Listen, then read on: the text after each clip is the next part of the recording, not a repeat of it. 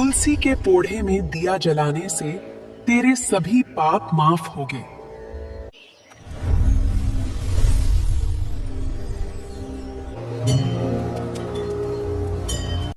नमस्कार मित्रों, सनातन हिंदू धर्म में तुलसी का स्थान अत्यंत पूजनीय और पवित्र माना गया है। ऐसा कहा जाता है कि स्वयं भगवान विष्णु ने सबसे पहले तुलसी माता की पूजा की थी।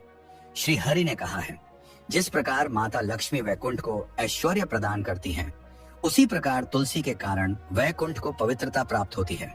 पृथ्वी लोक पर जहां भी तुलसी का पौधा स्थापित होता है, वहां पाप और अशुद्धता का वास कभी नहीं होता। वह स्थान स्वतः ही तीर्थ समान बन जाता है। इसीलिए हर गृह में तुलसी का पौधा होना न केवल शुभ बल्कि अनिवार्य माना गया है। अब प्रश्न ये उठता है, तुलसी के पास दीपक जलाने का क्या रहस्य है? हर संध्या तुलसी माता के चरणों में दीपक क्यों प्रज्वलित किया जाता है? क्या इसके पीछे कोई दिव्य कथा या गूढ़ कारण है? आइए इस रहस्य को भगवान श्री कृष्ण और देवी सत्यभामा के संवाद के माध्यम से समझते हैं। एक बार देवी सत्यभामा ने बड़े प्रेम और श्रद्धा से भगवान श्री कृष्ण से निवेदन किया, हे स्वामी, आपने मुझे तुलसी को जल अर्पित करने का महत्व बताया था, परंतु मेरी जिज्ञासा यह है कि तुलसी के समीप दीपक जलाने का क्या महत्व है? प्रत्येक संध्या जब स्त्रियां तुलसी माता के पास दीप जलाती हैं, तो उस कर्म का फल क्या होता है? दीपक जलाने की विधि क्या है और उस समय कौन सा मंत्र उच्चारित करना चाहिए? कृपा करके इस विषय में मुझे विस्तार से बताइए। भगवान श्री कृष्ण यह सुनकर कोमल मुस्कान के साथ बोले, हे देवी, आज तुमने लोक कल्याण की भावना से अत्यंत श्रेष्ठ प्रश्न किया है। तुम्हारे इस प्रश्न का उत्तर देने से पूर्व मैं तुम्हें एक प्राचीन कथा सुनाता हूँ।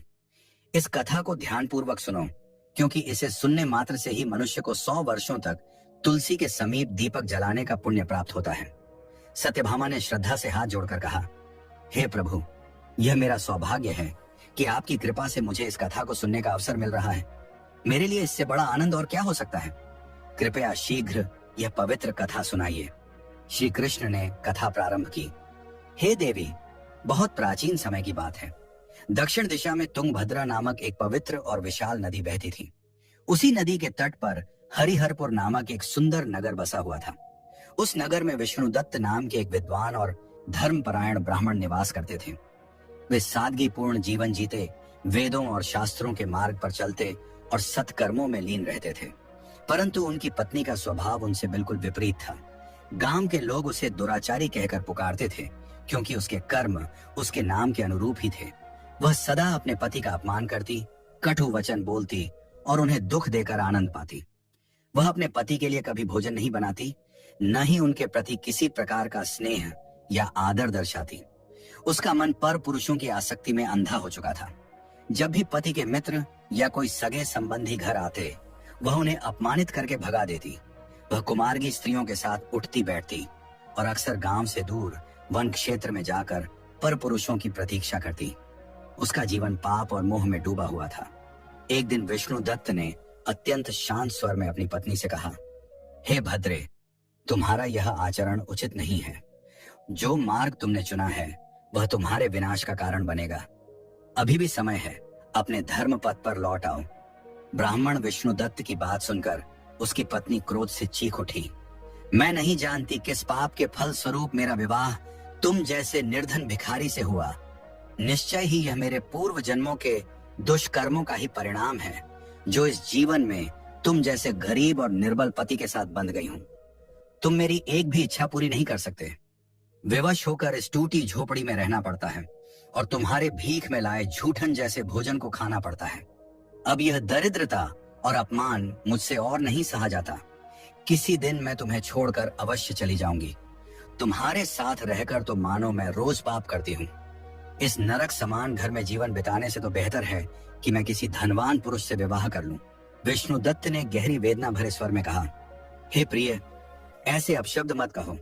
अपने पति को त्यागने का विचार मन से निकाल दो।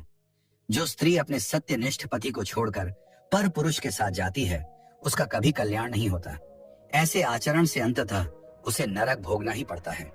उस पापाचारी स्त्री ने कटाक्ष भरे स्वर में उत्तर दिया, नरक तो तुझे मिलेगा। तू कोई कर्म नहीं करता, भीख मांगकर पेट भरता है और मुझे भी वही झूठा अन्न खिलाता है। जो पति अपनी पत्नी को सदा दुख और अभाव में रखे, वह स्वयं नरक का अधिकारी होता है। तेरे साथ यह घर भी मेरे लिए नरक से कम नहीं। तुझसे दूर होकर चाहे नरक ही क्यों ना भोगना पड़े, मैं अब यहाँ एक पल नहीं रहना चाहती। कथा सुनाते हुए भगवान श्री कृष्ण ने सत्यभामा से कहा, हे देवी, जो स्त्री अपने पति का निरादर करती है और पर पुरुष के मोह में फंस जाती है, उसके जीवन में कभी मंगल नहीं होता। ऐसे आचरण वाली स्त्री को मृत्यु के बाद यमलोक में कठोर दंड भोगना पड़ता है। इतना कहकर श्री कृष्ण ने कथा आगे बढ़ाई। कुछ समय इस प्रकार बीत गया। एक दिन वह दुराचारिणी स्त्री अपने मन के विकार तृप्त करने के लिए गांव से दूर एक घने वन में जा पहुंची। वह एक वृक्ष के नीचे खड़ी होकर किसी सुंदर पुरुष की प्रतीक्षा करने लगी।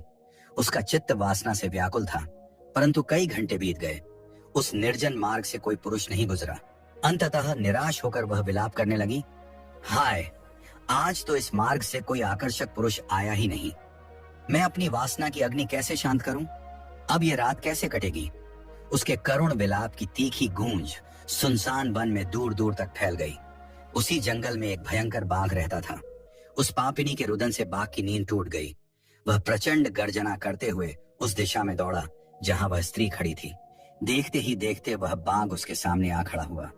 उसका नाम ध्वंसक था, रूप में अत्यंत भयानक। उसका विशाल शरीर काली और नारंगी धारियों से ढका था, जो घने वन की छाया में विलीन हो जाता था। उसकी आंखें अंगारों जैसी लाल थीं, जो अंधेरे में दहकती प्रतीत होती थीं। जबड़ों से झूलते लंबे तीखे दांत किसी भी जीव को चीर डालने के लिए पर्याप्त थे। यह भयंकर बाघ ध्वंसक कोई साधारण जीव नहीं था। वह विशेष रूप से पापी और दुराचारी लोगों का शिकार करता था। मानो उसकी नियति में ऐसे पापियों का विनाश ही लिखा गया था। जब उस पापिनी स्त्री ने अचानक उसे अपने सामने देखा तो उसके प्राण सूख गए। भय से उसका शरीर कांपने लगा। माथे पर पसीने की बूंदें चमक उठी। उसने जान बचाने के लिए भागने का प्रयास किया ही था कि बाघ ने बिजली सी गति से छलांग लगाई और अपने तीखे पंजे उसके शरीर में गड़ा दिए। वह जमीन पर गिर पड़ी। दर्द से तड़पते हुए चीख उठी, दया करो हे जंगल के राजा, तुम मुझे क्यों मारना चाहते हो? मैं तो यहाँ अपने प्रिय पुरुष को खोजने आई थी। मेरा भक्षण करके तुम्हें क्या मिलेगा? कृपा करके मेरा जीवन बख्श दो। बाघ कुछ क्षण के लिए ठिठका, फिर उसकी गूंजती हुई आवाज आई, हे पापिनी स्त्री, विधाता ने आज तुझे मेरा ग्रास नियुक्त किया है। तुझ जैसी पतित आत्माओं का संहार करना ही मेरा कर्म है। ऐसा करने से ही मुझे इस श्रापमय बाघ देह से मुक्ति प्राप्त होगी। भय से कांपती हुई उस स्त्री ने थरथराते स्वर में पूछा, तुम कौन हो? किस पाप के कारण तुम्हें यह भयंकर जन्म मिला? और तुम केवल मेरे जैसी स्त्रियों का ही शिकार क्यों करते हो? कृपा कर मेरा अंत करने से पहले अपना पूरा वृतांत सुना दो। बाघ ध्वंसक कुछ देर तक उसे गहरी नजरों से देखता रहा, फिर भारी सांस लेकर बोला, सुनो, मैं तुम्हें अपने पूर्व जन्म की कथा सुनाता हूँ। जानो किन कर्मों के कारण मुझे यह दारुण बाघ का जीवन भोगना पड़ा। वह आगे बोला, पूर्व काल की बात है। दक्षिण देश में मलापाहा नामक एक पवित्र नदी बहती थी। उसी नदी के तट पर मुनिपर्णा नाम का एक प्रसिद्ध नगर था। धर्म, शांति और सौंदर्य से परिपूर्ण नगर में अनेक मंदिर थे और वहां के लोग धार्मिक संस्कारों से संपन्न थे। उसी नगर के एक आदरणीय ब्राह्मण परिवार में मेरा जन्म हुआ। मनुष्य रूप में मेरा नाम था वेदनंद। मेरे पिता एक आदर्श ब्राह्मण थे, जो यज्ञ, हवन और अनुष्ठानों में निष्ठा रखते थे। किशोरावस्था में मैंने भी वेदों और शास्त्रों का अध्ययन किया। मुझे यज्ञ और धर्म कर्म में गहरी रुचि थी, परंतु जैसे जैसे मैं युवा हुआ, मेरे भीतर धन का लोभ बढ़ता गया। मैंने अनेक यज्ञ करवाए, पर उनमें भक्ति नहीं, लोभ था। मेरा उद्देश्य धर्म नहीं, दक्षिणा था। धन के लोभ में मैंने अधार्मिक लोगों के घरों में भी यज्ञ किए, उनके पाप कर्मों में सहभागी बना और उनका अन्न जल तक ग्रहण किया। धीरे धीरे मैं धर्म मार्ग से भटक गया। मैंने वह दान भी स्वीकार कर लिया जिसे सच्चा ब्राह्मण कभी ग्रहण नहीं करता। छल, कपट और पाखंड मेरा साधन बन गए। धन पाने के लिए मैं झूठे अनुष्ठानों का आयोजन करता और दक्षिणा ऐंठ लेता, फिर लौटाता भी नहीं। मेरी बुद्धि पर लालच का ऐसा अंधकार छा गया कि मैं धर्म का नाम लेकर अधर्म में डूबता चला गया। वर्षों तक मैं इसी प्रकार पाप की राह पर चलता रहा। समय के साथ मेरा तन बूढ़ा और निर्बल हो गया। बाल सफेद पड़ गए, आंखों की रोशनी मंद हुई और दांत झड़ गए, परंतु धन के प्रति मेरा लोभ फिर भी विमुख न हुआ। जीवन के अंतिम प्राणों तक मैं अधर्म में डूबा रहा। एक दिन मैंने और कुछ धूर्त ब्राह्मणों ने मिलकर नदी के तट पर एक दिखावटी यज्ञ का आयोजन किया। हमने मंत्रों का नाटक रचा और भोले भाले श्रद्धालुओं को धोखा देकर बड़ी मात्रा में दान दक्षिणा जुटा ली। हम धर्म के नाम पर पाखंड कर रहे थे और लोगों की सादी आस्था का दुरुपयोग कर रहे थे। उसी दिन दोपहर में जब मैं नदी किनारे धन की थैलियां गिन रहा था, एक भूखा बीमार कुत्ता मेरे पास आया। मैंने उसे तिरस्कृत किया और भगा दिया, पर वह क्रोध से लौट आया और मेरे पैर को जोर से काट लिया। मैं कराहता हुआ बेहोश पड़ा और उसी क्षण मेरी आत्मा देह त्याग गई। मेरी मृत्यु होते ही यमराज के दो भीषण दूत प्रकट हुए, रूप से विकराल, तन अंधकार सम और हाथों में लोहे की जंजीरें लिए। उन्होंने मेरी आत्मा को उन जंजीरों से बांधा और घसीटते हुए यमपुरी की ओर ले गए। धर्मराज यम के दरबार में उपस्थित कराए जाने पर चित्रगुप्त ने मेरे समस्त कर्मों का लेखा पढ़कर सुनाया। चित्रगुप्त ने कठोर वाणी में कहा, हे धर्मराज, यह व्यक्ति घोर पापी है। ब्राह्मण होते हुए भी उसने धर्म का अपमान किया, अधर्मियों के लिए यज्ञ करके धन संग्रह किया और दान स्वीकार करके भी प्रायश्चित नहीं किया, इसलिए यह नरकगामी है। यह सुनकर यमराज क्रुद्ध हुए और उन्होंने आज्ञा दी कि इस पापी वेदनंद को भीषण नरक की सजा दी जाए। यमदूतों ने मुझे पकड़कर नरक की ज्वालाओं में फेंक दिया, जहां मैं अनगिनत वर्षों तक जलता रहा और असह्य यातनाएं सहता रहा। जब मेरे पापों का घड़ा भर गया और सजा पूरी हुई, तभी मुझे अगला जन्म इस भयानक बाघ के रूप में मिला। ध्वंसक बाघ ने गहरी सांस लेकर कहा, पूर्व जन्म के पापों का फल मैं यही भोग रहा हूं, पर मैंने संकल्प लिया है कि अब मैं कभी भी सज्जन, साधु या सती नारी को हानि नहीं पहुंचाऊंगा। मैं केवल उन्हीं पापियों और दुराचारियों का शिकार करूंगा जिन्होंने जीवन भर अधर्म किया और दूसरों का नुकसान किया है। मुझे विश्वास है कि ऐसे कर्मों से मेरा पाप शीघ्र नष्ट होगा और मैं इस दुर्जय योनि से मुक्त हो जाऊंगा। अपनी कथा समाप्त करके ध्वंसक बाघ ने भयंकर गर्जना की और क्रोध से गरज कर बोला, हे दुष्ट स्त्री, तेरे कर्मों ने यह सिद्ध कर दिया है कि तू कुलटा और पतिता है। तूने अपने धर्मनिष्ठ पति को त्याग कर पर पुरुषों के साथ व्यभिचार किया है। आज तुझे तेरे ही पापों का फल भोगना होगा। तेरा यह अधर्मी शरीर आज मेरा आहार बनेगा। यह कहते ही बाघ ध्वंसक ने बिजली की गति से उस स्त्री पर झपट्टा मारा। उसके तीखे नखों और दांतों से प्राणांतक वार हुआ। वह पापिनी चीख तक न सकी। कुछ ही क्षणों में बाघ ने उसका अंत कर दिया और उसके शरीर का भक्षण किया। फिर वह गर्जना करता हुआ अंधकारमय वन में ओझल हो गया। उस स्त्री के प्राण निकलते ही उसी स्थान पर यमराज के दो दूत प्रकट हुए। उन्होंने उस पापात्मा को तुरंत बांधा और उसे घसीटते हुए यमपुरी ले गए। संयमनीपुरी पहुंचकर उन्होंने उसे धर्मराज यम के दरबार में प्रस्तुत किया। धर्मराज ने सिंहासन से चित्रगुप्त को आदेश दिया, इस स्त्री के जीवन के समस्त कर्मों का लेखा प्रस्तुत करो। चित्रगुप्त ने अपना विशाल पोथा खोला और गंभीर स्वर में कहना आरंभ किया, हे धर्मराज, इस स्त्री ने अपने जीवन में अनेक घोर पाप किए हैं। इसने अपने पति की सेवा कभी नहीं की, बल्कि सदैव उसे तिरस्कृत किया। यह पर पुरुषों के साथ व्यभिचार में लिप्त रही, पतिव्रता धर्म को त्याग कर पाप के मार्ग पर चलती रही। अतः यह स्त्री कठोरतम दंड की अधिकारी है। चित्रगुप्त के वचन सुनकर यमराज का मुख क्रोध से तमतमा उठा। उन्होंने भारी स्वर में कहा, ऐसी पापिनी के लिए कोई प्रायश्चित नहीं। जिसने अपने पति को त्याग कर व्यभिचार का जीवन जिया है, वह नरक की भीषण यातनाओं से अवश्य गुजरेगी। यमराज ने आदेश दिया, इस पापिनी को पकड़कर ले जाओ और उसे धधकते तेल से भरे कुंड में डाल दो। यही इसके अपराधों का उचित दंड है। यमदूतों ने उसी क्षण उस आत्मा को जकड़ा और घसीटते हुए भयंकर नरक में ले गए। वहां आग की ज्वालाओं से तपते हुए उबलते तेल के कुंड में उसे उछालकर पटक दिया गया। वह स्त्री असहनीय पीड़ा से कराहती रही, पर कोई उसे बचाने वाला न था। लंबे समय तक जलने और तड़पने के बाद उसे रौरव तथा अन्य नरकों में भी भेजा गया, जहां उसने अनेक वर्षों तक घोर यातनाएं सही। इस प्रकार अनेक नरकों में भयंकर दंड भुगतने के उपरांत भी उसके कुछ पाप शेष रह गए, जिन्हें उसे अगले जन्म में भोगना था। नरक की यातनाएं पूरी होने के बाद उसे पुनः पृथ्वी पर जन्म मिला, इस बार एक चांडाल परिवार में कन्या के रूप में। परंतु जन्म बदलने पर भी उसके संस्कार न बदले। पिछले जन्म की भांति वह फिर पापमय मार्ग पर चल पड़ी। यौवन आते आते वह अत्यंत दुष्चरित्र बन गई और अनेक पापी पुरुषों के साथ संबंध बनाने लगी। उसके मन में न लज्जा रही न धर्म का भय। कुछ वर्षों बाद उसके पापों का फल सामने आया। अधर्म के परिणाम स्वरूप उसके शरीर पर कोढ़ का भयंकर रोग उत्पन्न हुआ। पूरा शरीर घावों और पीप से भर गया। अंग अंग सड़ने लगा। तीव्र पीड़ा से वह दिन रात कराहने लगी। उसकी आंखों की रोशनी भी धीरे धीरे मंद पड़ने लगी थी। हर पल उसके शरीर में जलन होती थी और वह असहनीय पीड़ा और संताप में दिन काट रही थी। अपनी इस भयंकर दुर्दशा से तंग आकर एक दिन वह स्त्री यह सोचकर किसी तीर्थ स्थान की ओर चल पड़ी कि शायद किसी पवित्र नदी में स्नान करने से उसके कष्ट कुछ कम हो जाएं।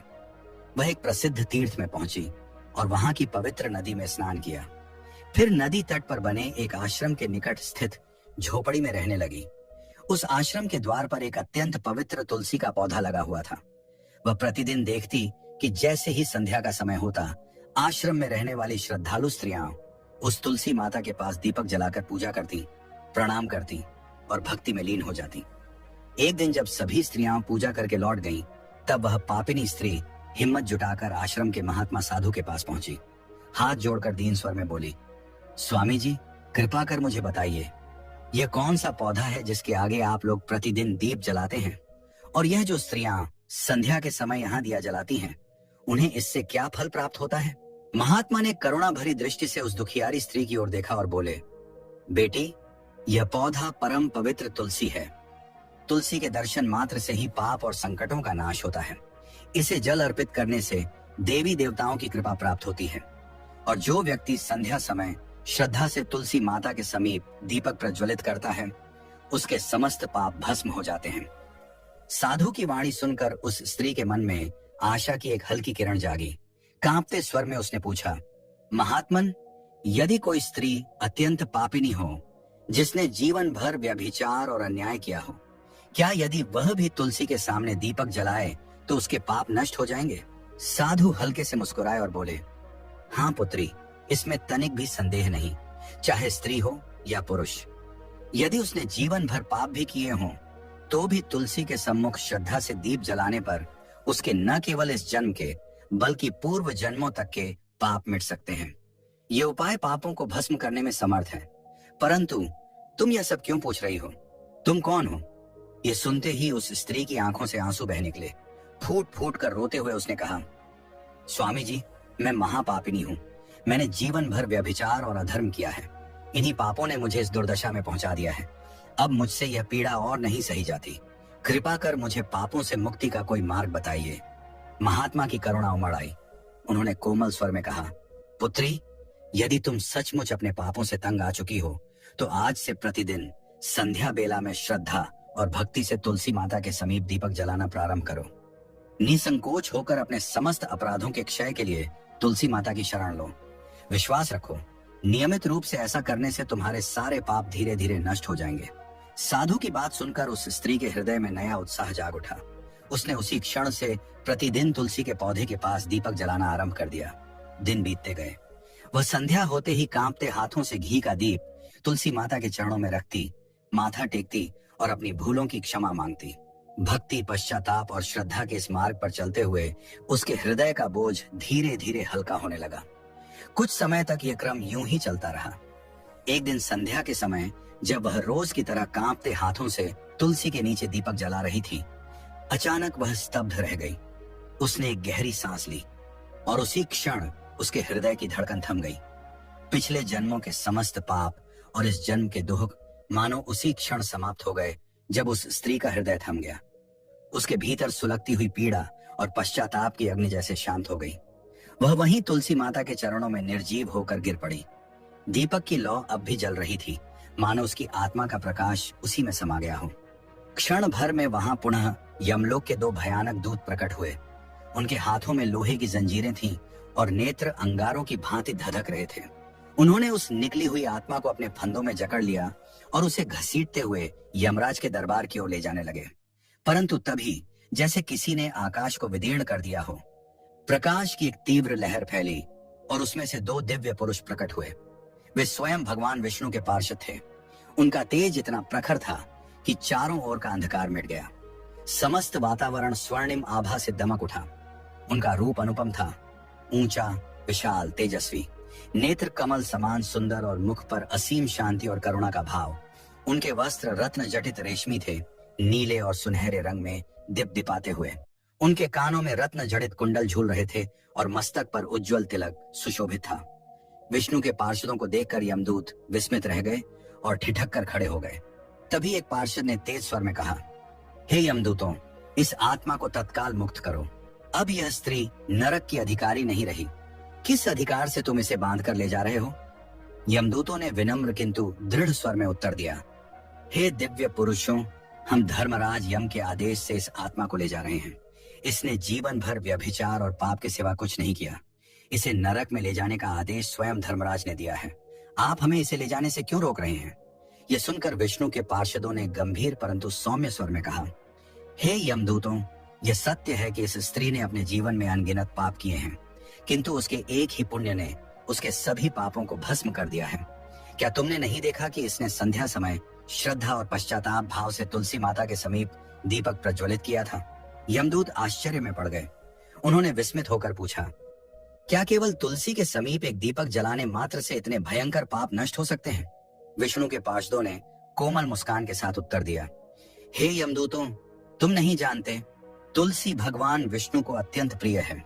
जो कोई श्रद्धा, भक्ति और नम्रता से संध्या के समय तुलसी माता के निकट दीपक जलाता है, वह सीधे स्वयं श्री हरि की कृपा का अधिकारी बन जाता है। संध्या काल में किए गए दीपदान का पुण्य अनंत गुना बढ़ जाता है। विष्णु के पार्षदों ने यमदूतों से कहा, यह स्त्री जिसने कभी पापों से अपने जीवन को दूषित किया था, उसने अपने अंतिम दिनों में सच्चे हृदय से तुलसी माता की सेवा की, श्रद्धा से दीप जलाया और भगवान का स्मरण किया।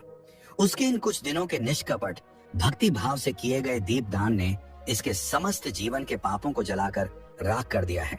अब यह आत्मा नरक जाने के योग्य नहीं रही।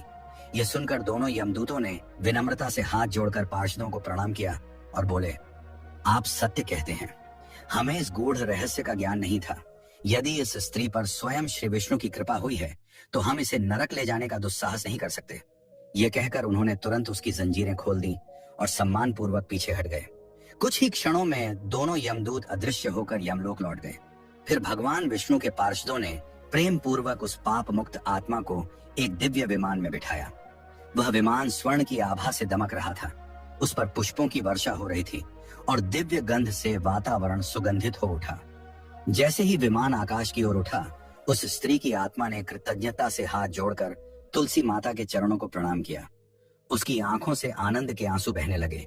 कुछ ही पलों में वह दिव्य प्रकाश के साथ स्वर्ग लोक की ओर प्रस्थान कर गई, मुक्त, निर्मल और शांत।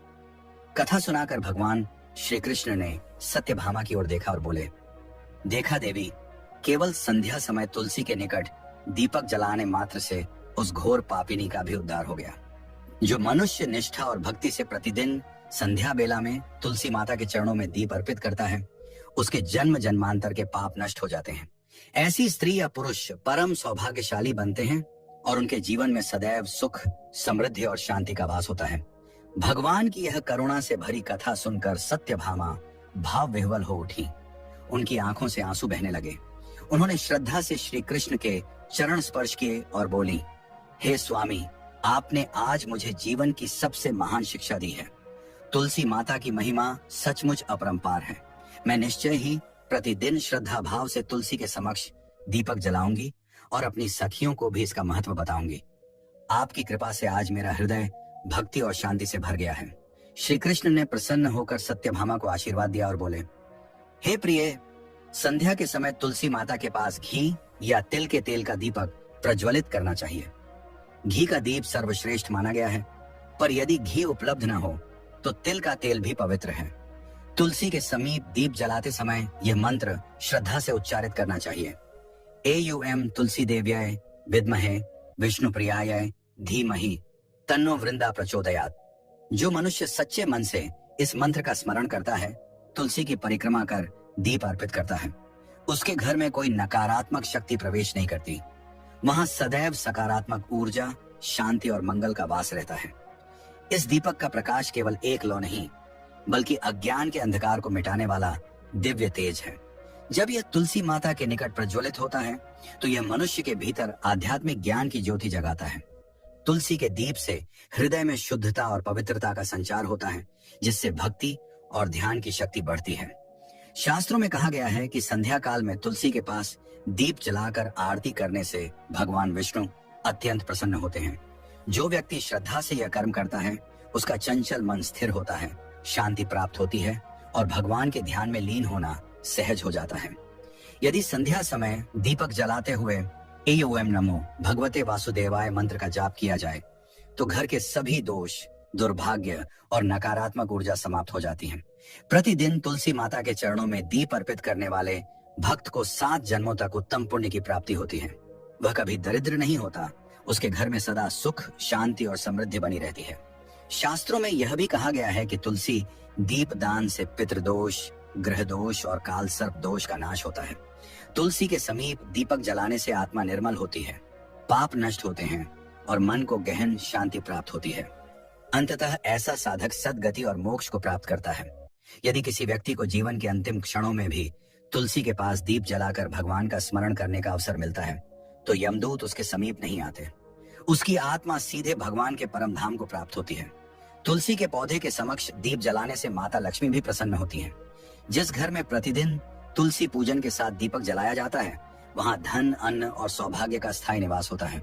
तो प्यारे दोस्तों, इस प्रकार भगवान श्री कृष्ण ने हमें बताया कि तुलसी माता के समीप दीप जलाना केवल पूजा नहीं बल्कि एक पवित्र साधना है जो जीवन के अंधकार को प्रकाश में बदल देती है। अगर यह कथा आपको भी प्रेरणा दे रही है तो कमेंट में लिखिए जय श्री कृष्ण, जय मां तुलसी।